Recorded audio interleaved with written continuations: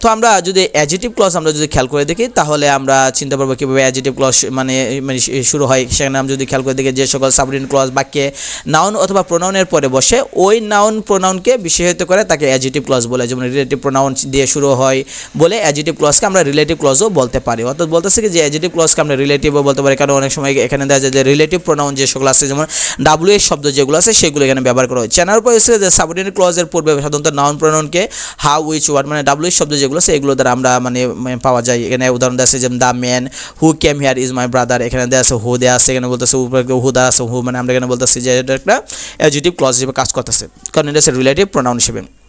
তো বাক্যে অ্যাডজেক্টিভ ক্লজের ব্যবহার হচ্ছে সাবজেক্টের বিশেষণ হিসেবে অ্যাডজেক্টিভ ক্লজ ব্যবহার করা হয়, মানে সাবজেক্ট এর বিশেষণ হিসেবে অ্যাডজেক্টিভ ক্লজ ব্যবহার। আমরা জানি যে অ্যাডজেক্টিভ মানে হচ্ছে বিশেষণ, তাই মানে বিশেষণ বোঝাতে আমরা অ্যাডজেক্টিভ ক্লজটা ব্যবহার করি। যেমন the boy who came here is my নিস, এখানে দেওয়া আছে the news that shocked us is very pathetic, এইভাবে দেওয়া আছে।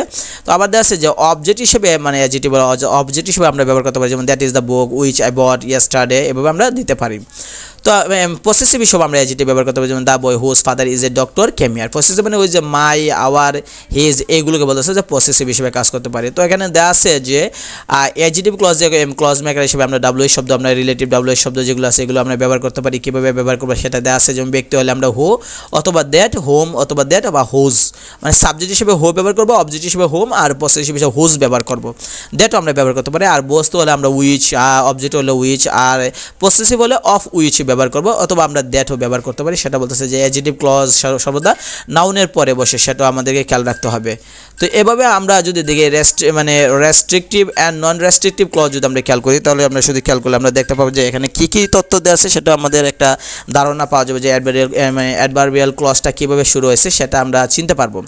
তো আমরা যদি খেয়াল করে দেখি যে অ্যাডভার্বিয়াল ক্লজ যদি আমরা খেয়াল করে দেখি যে সাবঅর্ডিনেট ক্লজ বাক্যে প্রিন্সিপাল ক্লজের সময় স্থান, উদ্দেশ্য এবং ফলাফল, কারণ, প্রণালী অথবা শর্ত অথবা মানে বিপরীত অর্থ প্রকাশ করে তাকে বলা হয় অ্যাডভার্বিয়াল ক্লজ হিসেবে ব্যবহার করা হয়। তো চেনার উপায় হচ্ছে যে প্রিন্সিপাল ক্লজকে যদি আমরা মানে ওয়েন অথবা হাউ অথবা ওয়াই দ্বারা প্রশ্ন করি তাহলে উত্তরে যে সাবঅর্ডিনেট ক্লজ পাওয়া যায় সেটাকে বলতেছে যে সেটা হচ্ছে অ্যাডভার্ব ক্লজ হিসেবে কাজ করে। যেমন এক্সাম্পল দেওয়া আছে এখানে, যেমন when he was 4 his mother died, এখানে দেওয়া আছে ওয়েন হি ওয়াজ 4, এখানে অ্যাডভার্বিয়াল। আমরা জানি যে সময় প্রকাশ করতে আমরা যে ওয়েন ব্যবহার করি, ওয়েন মানে সময় প্রকাশ করার জন্য অ্যাডভার্ব বলা হয়, কারণ আমরা আগের ভিডিওতে আমরা মানে শিখেছি যে অ্যাডভার্ব চেনার উপায়। সেখানে বলা হয়েছে যে অ্যাডভার্ব অফ টাইম দেওয়া আছে সময়, অ্যাডভার্ব অফ প্লেস দেওয়া আছে যেখানে জায়গার নাম উল্লেখ আছে সেটাও এখানে দেওয়া আছে। তো আমরা আরও যদি নিচে যদি আমরা খেয়াল করে দেখি যে নিম্নে কিছু শব্দ আছে যে লিঙ্কিং ওয়ার্ডস আছে যেগুলো ক্লজ মেকার্সের দ্বারা মানে অ্যাডভার্ব ক্লজ শুরু হয়ে থাকে। এখানে এটাই দেওয়া আছে যে টাইম হিসেবে আমরা এই শব্দগুলো ব্যবহার করতে পারি, প্লেস জায়গা হিসেবে আমরা এগুলো ব্যবহার করতে পারি, কারণ হিসেবে, রেজাল্ট হিসেবে, পারপাস মানে উদ্দেশ্য হিসেবে, কম্পারিজন তুলনা হিসেবে আমরা এই শব্দগুলো আমরা ব্যবহার করতে পারি, কন্ডিশন অবস্থা বা শর্ত হিসেবে আমরা ব্যবহার করতে পারি, কন্ট্রাস্ট মানে বিপরীত বোঝাতে, এক্সটেন্ড বৃদ্ধি বোঝাতে, অথবা ম্যানার ধরন বোঝাতে আমরা বা বোঝাতে পারি। এরকমভাবে দেওয়া আছে যেগুলো আমাদের শিখলে আমরা সহজে ইজিতে বুঝতে পারবো।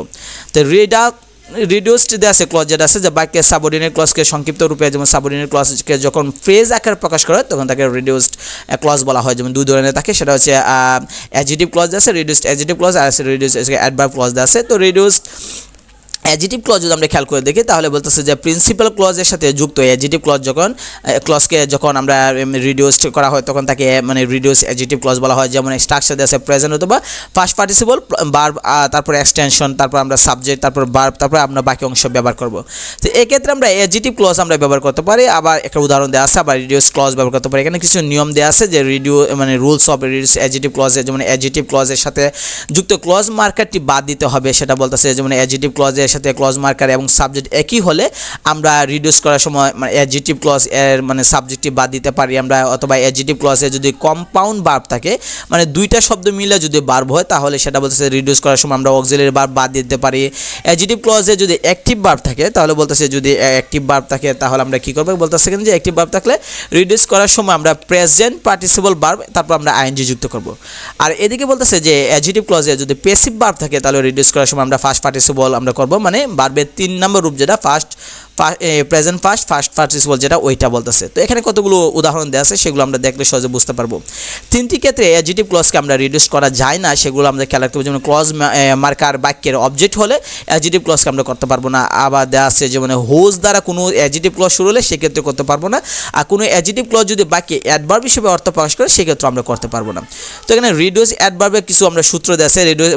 রিডিউস অ্যাডভার্বের কিছু সূত্র আছে যে প্রিন্সিপাল ক্লজের সাথে যুক্ত অ্যাডভার্ব ক্লজকে যখন রিডিউস করা হয় তখন তাকে রিডিউস অ্যাডভার্ব ক্লজ বলা হয় থাকে। যেমন স্ট্রাকচার দেওয়া আছে যেমন ক্লজ মার্কার প্লাস প্রেজেন্ট অথবা ফার্স্ট পার্টিসিপল ভার্ব প্লাস বাকি অংশ দেওয়া আছে subject plus verb plus extension দেওয়া আছে। এখানে অ্যাডভার্ব ক্লজ যেটা সেটা বলতেছে যে আপনার she had lunch Nasima went back to work, অথবা রিডিউস ক্লজ যদি বলি আমরা আপনার having lunch Nasima went back to work. বলতেছে যে অ্যাডভার্ব ক্লজের ক্ষেত্রে দুইটা ভিন্ন ক্লজ আমরা করবো, যেখানে দুইটা সম্পূর্ণ অর্থ প্রকাশপূর্ণ একটা সেন্টেন্স থাকবো। কিন্তু আমরা রিডিউস করতে গেলে দেখা যায় যে একই সাবজেক্ট যদি হয় তাহলে আমরা সেই ক্ষেত্রে আমরা প্রথমটা সাবজেক্ট দিয়ে নেই, তারপর আমরা ভার্বের সাথে আইএনজি অর্থাৎ যেটা প্রেজেন্ট পার্টিসিপল বা ফার্স্ট পার্টিসিপল সেটা আমরা ইউজ করছি।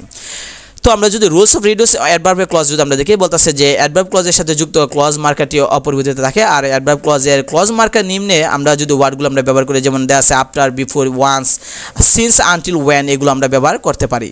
তো প্রিন্সিপাল এবং অ্যাডভার্ব ক্লজের সাবজেক্ট একই হলে রিডিউস করার সময় আমাদেরকে অ্যাডভার্ব ক্লজ এর সাবজেক্টটি বাদ দিয়ে দিতে হবে। তো আবার বলতেছে যে অ্যাডভার্ব ক্লজে যদি কম্পাউন্ড ভার্ব থাকে, যদি দুইটা ভার্ব থাকে, তাহলে আমরা সেক্ষেত্রে রিডিউস করার সময় আমরা অক্সিলারি ভার্বটা সেটা বাদ দিয়ে দেবো, কারণ অক্সিলারি ভার্ব আমাদের দরকার নাই। তো আবার বলতেছে যে অ্যাডভার্ব ক্লজে অ্যাক্টিভ ভার্ব থাকলে রিডিউস করার সময় আমরা প্রেজেন্ট পার্টিসিপল ভার্বের সাথে আমরা যেটা আছে সেটা করতে পারি, ভার্ব প্লাস আইএনজি, অথবা এবং প্যাসিভ ভার্ব থাকলে সেটা ফার্স্ট পার্টিসিপল ভার্ব যেটা ভার্বের 3 নাম্বার যেটা আছে সেটা আমরা করতে পারি। তো আমরা যদি নিচে আরও যদি আমরা খেয়াল করে দেখি, সেখানে দেওয়া আছে যে নোট দেওয়া আছে ওয়েন এবং ওয়াইল যদি অ্যাডভার্ব ক্লজকে রিডিউস করলে ওয়েন এবং ওয়াইলের পরে প্রেজেন্ট পার্টিসিপল প্লাস ভার্বের অর্থাৎ ভার্বের সাথে আইএনজি আমরা যুক্ত করতে পারি। তো এখানে যে স্ট্রাকচারগুলো দেওয়া আছে, যে সূত্রগুলো আছে সেগুলো আমাদের মনে রাখতে হবে, যে ওয়েন অথবা ওয়াইল প্লাস প্রেজেন্ট পার্টিসিপল, তারপর আমরা সাবজেক্ট প্লাস ভার্ব প্লাস বাকি অংশ এটা ব্যবহার করব। নোট হিসেবে আমরা এখানে দেখা আছে যে বিকজ দ্বারা কারণ বুঝালে আমরা অ্যাডভার্ব ক্লজকে রিডিউস করার সময় বিকজ উঠে যাবে। অর্থাৎ এখানে বলতেছে যে আমরা যখন কোনো একটা সেন্টেন্সকে যখন আমরা অ্যাডভার্ব ক্লজ থেকে রিডিউস ক্লজ করব, তখন আমরা কী স্ট্রাকচার ফলো করব সেটা। যদি উপরে দেখি যে আমরা একটা সেন্টেন্স দেওয়া আছে, যেমন দেখেন যে while the writer was writing he smoked, এখানে ওয়াইল দ্য রাইটার তারপর যে ভার্বটা আছে যে অক্সিলারি ভার্ব সেটা আমরা বাদ দিয়ে দিয়েছি, যেটা আমরা পূর্বে আমরা পড়েছি উপরে যে অক্সিলারি ভার্ব যদি থাকে আর মূল ভার্ব যদি থাকে তাহলে আমরা অক্সিলারি ভার্বটা বাদ দিয়ে দেব। তো এখানে আমাদের স্ট্রাকচার দেওয়া আছে ক্লজ মার্কার প্লাস প্রেজেন্ট অথবা first participle, subject plus verb plus extension দেওয়া আছে। অ্যাডভার্ব ক্লজে একটা উদাহরণ দেওয়া আছে, রিডিউস ক্লজের উদাহরণ দেওয়া আছে। দুইটি ক্ষেত্রে অ্যাডভার্ব ক্লজকে রিডিউস করা যায় না। প্রিন্সিপাল এবং অ্যাডভার্ব ক্লজ এর সাবজেক্ট ভিন্ন হলে অ্যাডভার্ব ক্লজকে আমরা রিডিউস করা যাবে না। সেটা ক্ষেত্রে বলতেছে যে প্রিন্সিপাল এবং অ্যাডভার্ব ক্লজের সাবজেক্ট ভিন্ন হলে, অথবা বলতেছে যে এজ এবং এস ওন এস দ্বারা অ্যাডভার্ব ক্লজ শুরু হলে ওই অ্যাডভার্ব ক্লজকে আমরা রিডিউস করতে পারবো না। তো আমরা এখানে যদি আমরা খেয়াল করি যে ফ্রেজ দেওয়া আছে, ফ্রেজ সম্পর্কে বলতেছে যে দুই বা ততোধিক ওয়ার্ড একত্রে মিলে যখন একটি সম্পূর্ণ অর্থ প্রকাশ করে তখন তাকে আমরা বলে ফ্রেজ বলা হয়। ফ্রেজ সাধারণত আমরা বাকি বিভিন্ন পার্টস অফ স্পিচ এর মতো কাজ করতেছে, উল্লেখ যে ফ্রেজে কোনো সাবজেক্ট এবং কোনো ফাইনাইট ভার্ব থাকে না। তো আমরা যদি গঠন অনুসারে দেখি যে ফ্রেজ 7 প্রকার দেওয়া আছে, সেখানে দেওয়া আছে যেমন নাউন ফ্রেজ আছে, কোনো ফ্রেজ যখন নাউনের মতো কাজ করে তখন যেমন he is a man of letter, সেখানে এটা নাউন হিসেবে কাজ করতেছে। বা qualifying in the admission test is not easy, সেখানে আমরা দেখতেছি যে সেটা নাউন ফ্রেজ হিসেবে অর্থাৎ সাবজেক্ট হিসেবে নাউন হিসেবে কাজ করতেছে। অ্যাডজেক্টিভ ফ্রেজ অর্থাৎ যেটা অ্যাডজেক্টিভ হিসেবে কাজ করতেছে সেটা অ্যাডজেক্টিভ ফ্রেজ বলা হয়। যেমন এখানে দেওয়া আছে আমরা যদি খেয়াল করি, যেমন it is a ring of gold, এটা বলতেছে। আর একটা স্ট্রাকচার দেওয়া আছে যেমন প্রিপোজিশনের পরে না প্লাস নাউন হয়, যেটা আমরা জানি যে অ্যাডজেক্টিভ ফ্রেজ হিসেবে ব্যবহার করতেছে। চিনার উপায় আছে উইচ কাইন্ড অথবা উইচ টাইপ দ্বারা প্রশ্ন করলে আমরা অ্যাডজেক্টিভ ফ্রেজটা আমরা পাবো। তো উদাহরণ দেওয়া আছে the beggar in front of the gate looked very hungry, এটা দেওয়া আছে, উদাহরণ দেওয়া আছে। আর অ্যাডভার্বিয়াল যদি আমরা কোনো একটা ফ্রেজ যদি অ্যাডভার্বের মতো কাজ করে, যদি সময়, জায়গা, ধরন এগুলো উল্লেখ করে বোঝায়, তাহলে সেটা অ্যাডভার্বিয়াল ফ্রেজ বলা হয়। যেমন স্ট্রাকচার দেওয়া আছে প্রিপোজিশন থাকলে এক্ষেত্রে প্রিপোজিশন প্লাস নাউন হিসেবে, যেমন হি কেম ইয়ার ইন 2018, এখানে ইন 2018 যেটা সেটা আমরা বলতেছে যে অ্যাডভার্ব সময় প্রকাশ করতেছে, তাই এটা হচ্ছে অ্যাডভার্বিয়াল ফ্রেজ বলতেছে।